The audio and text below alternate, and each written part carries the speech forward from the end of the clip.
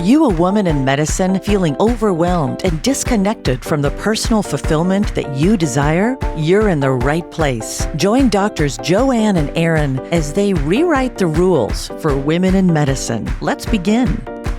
What if the secret to a meaningful holiday season has nothing to do with doing more and everything to do with slowing down long enough to feel deeply connected in your relationships?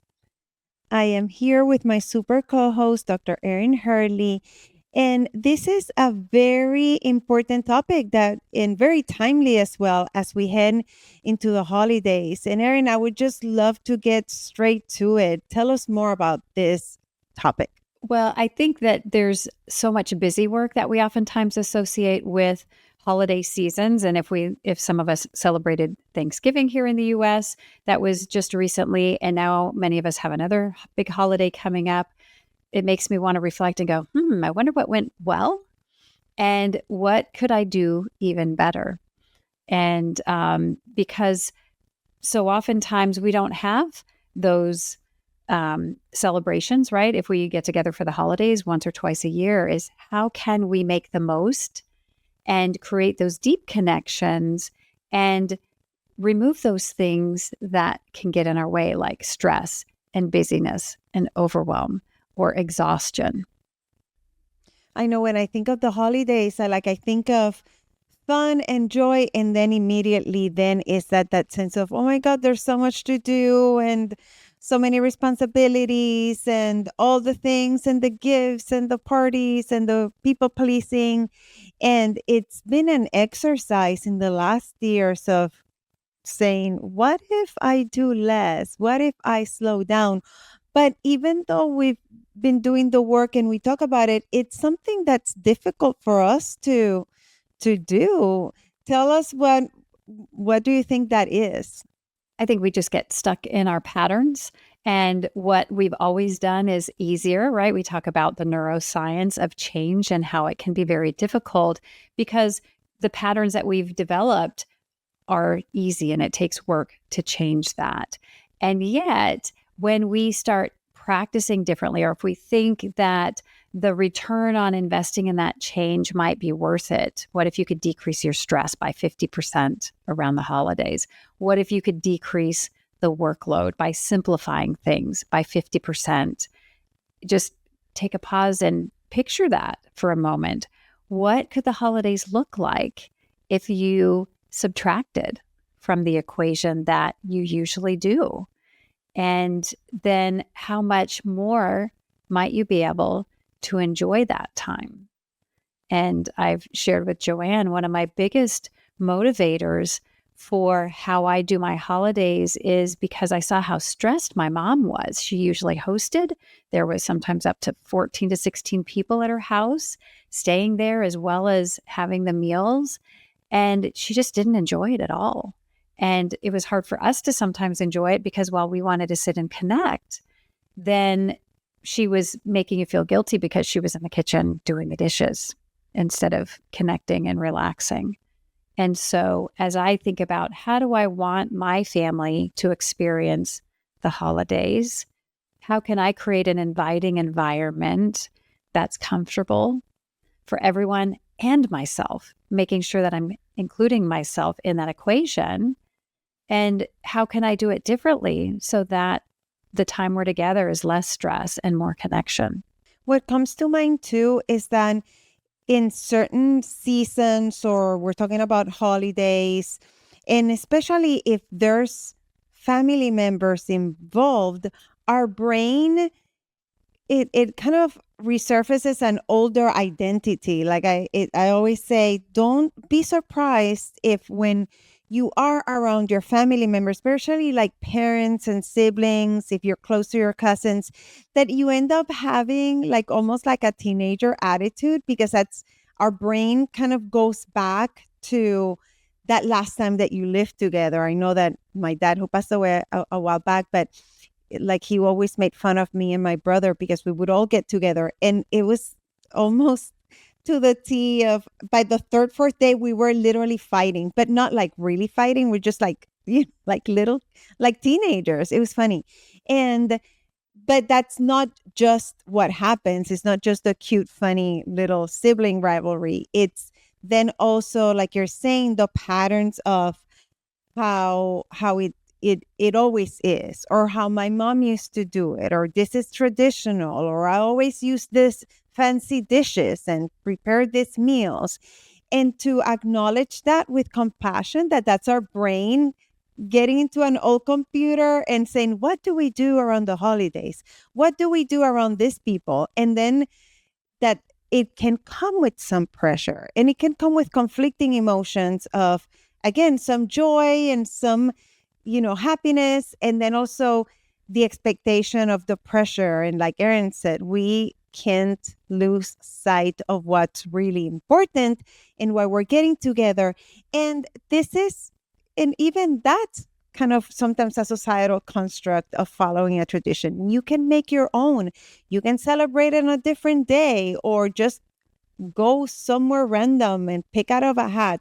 So many things that we can come up with to lower the stress and connect more, literally connect more with yourself, with those around you, with whatever meaning you want to give to that holiday. And it's surprising how much we know these things intellectually, and then the time comes and we feel it coming, and then that's where we pause and we're like, wait a minute, what's going on? Do I want to follow that path? Do I want to do it a little bit differently? It's wise conversation to have, Erin. Thank you. And the other piece of that is, for some people, getting together with their family, they don't want to connect, right? There's been some stressors or relationship issues, and it's okay to honor that too. So when I talk with coaching clients that might be like, I don't enjoy spending time with my family, or they increase my stress too much, then it's like, okay, can you create package it in a small enough time frame, or with some rules and boundaries that you set, so that if this happens and you're not comfortable, then you have an exit, or you communicate ahead of time. So what are those ways that you can connect, even if you're connecting with family that you're not close with, or where there tends to be these old patterns in your relationship you fall into? Can you pour into yourself enough to be so intentional that you can still have a better outcome, instead of having the mindset that it's going to be this way because that's the way it always is? Joanne and I know from our, putting our coaching hats on, we can usually change the outcome, even if it's only us showing up differently. So just challenging our listener on, are we guaranteeing something not turning out the way we want because we're showing up assuming it's going to happen? And what if? Can we get curious? What if we could have a different outcome? Or how could I limit this so that I can better tolerate the outcome and still enjoy the holiday season, right? That advocating for yourself and putting some boundaries on it. And I think the other piece about when we get together specifically with family, they've probably known you the longest, and we have the most history with them. And so it makes sense that you might fall back into these relationship patterns that you started decades ago, or maybe as children, and yet that's no longer relevant to who you are today. And can you grow those relationships to fit better to where you are now in your life, instead of falling back into patterns, especially if they're unhealthy? Yes. And that's a good point, like you were saying, of when we think of those patterns, and some can be really good and we want to follow, and some can be unhealthy. And it starts with that awareness, as we always talk in this podcast. The first step is always awareness and clarity, and without judging yourself, just get curious and see where can you change it. And the other thing that came to mind listening to you is that we have to be very careful with comparison, right? Like our brain compares. It's a survival mechanism, because we want to know where it's safer and where there's more food. But nowadays it taps into our perfectionism and our sense of lack instead of abundance. And I say that because I was thinking of this friend of mine who had this huge holiday party, and I was like sad that I couldn't go, and I was seeing pictures and it looked amazing. And then I talked with her and I was asking her, so how was it? It looked amazing. And then she, in a very honest way, she said, actually, it wasn't. Like, it wasn't good. It was super stressful. There's like way too many people, and we had to change plans last minute.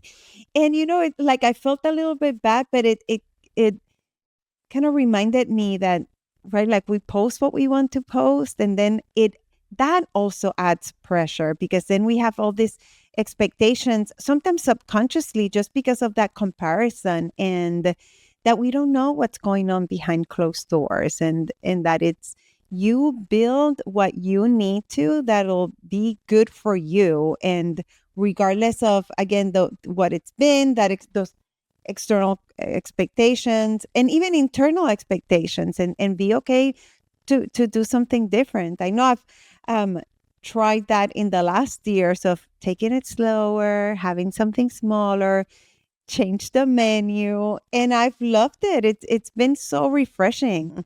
Yeah. And that simplification can be so critical, especially when you look at how are you doing this holiday season. And Joanne did a session or a episode 149, which was about the holiday blues. And so tapping into how do you usually show up this time of year? Do you need extra help?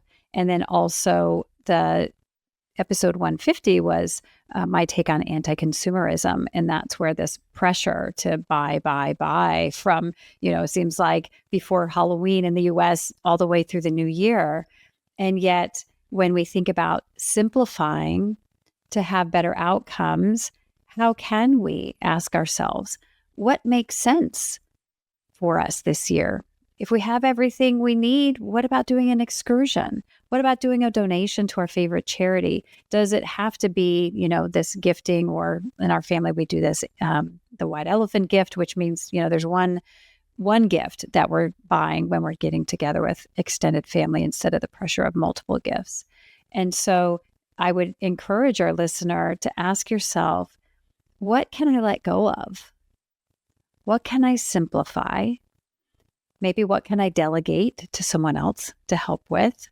And even what can I pay someone to do for me, whether that's putting up the lights or cleaning the house or decorating, wrapping the gifts. We talked about that. So really asking yourself, how can I simplify in order to make space and capacity to connect with the people that are important to you, to connect with the people that you love, and enjoy the season? These are so helpful. And I love these questions that open up our sense of curiosity, and instead of that pre-written rules that we have in our brain. And so you mentioned some things already, but are there other specific things that we can do to foster the connection during the holidays instead of just this go busyness and stress? I talked a little bit about this before, but if you've had some recent gatherings that are similar to your holiday gatherings, reflect on them. Do an assessment. What went well, what didn't? And years past, what went well, what didn't? Who do you know that does something really well? What new ideas have you heard of? Oh, I can hire a college student to wrap my Christmas gifts so I don't have to stay up until 3 a.m. Excellent. And so really getting curious and evaluating, and again, asking yourself, what's relevant this year to make sure that it makes sense for, what's going on. And for some people, that might be like, I have the opportunity to decorate big. For me and my household, both of my kids are coming home from across the U.S. And I'm like, we have so much Christmas decor. I told my husband, like, I want us to go all out. We don't know that they'll be home every year from here, but we know they're here this year. And for other people, it might be, we're going to simplify. And so one client, they travel every Christmas. So they don't even really decorate around their house because they're not going to be there. And so really evaluating, again, what's gone well in the past, what hasn't, and what can you course correct in order to have a better match for what you think you need this year. So good. I'm there already, visualizing it all. Yes, I do like all my Christmas trees that I pay someone to help me decorate because I cannot do it all myself the way I like it. And I know it sounds like a random expense, but it makes me happy, and I save for other things because that is so good. And I love to hear you saying that, right? Like let's make it special because it's very intentional. And in that the visualization also of we're going to be all together and how cool we can be next to a tree and that we're going to eat that.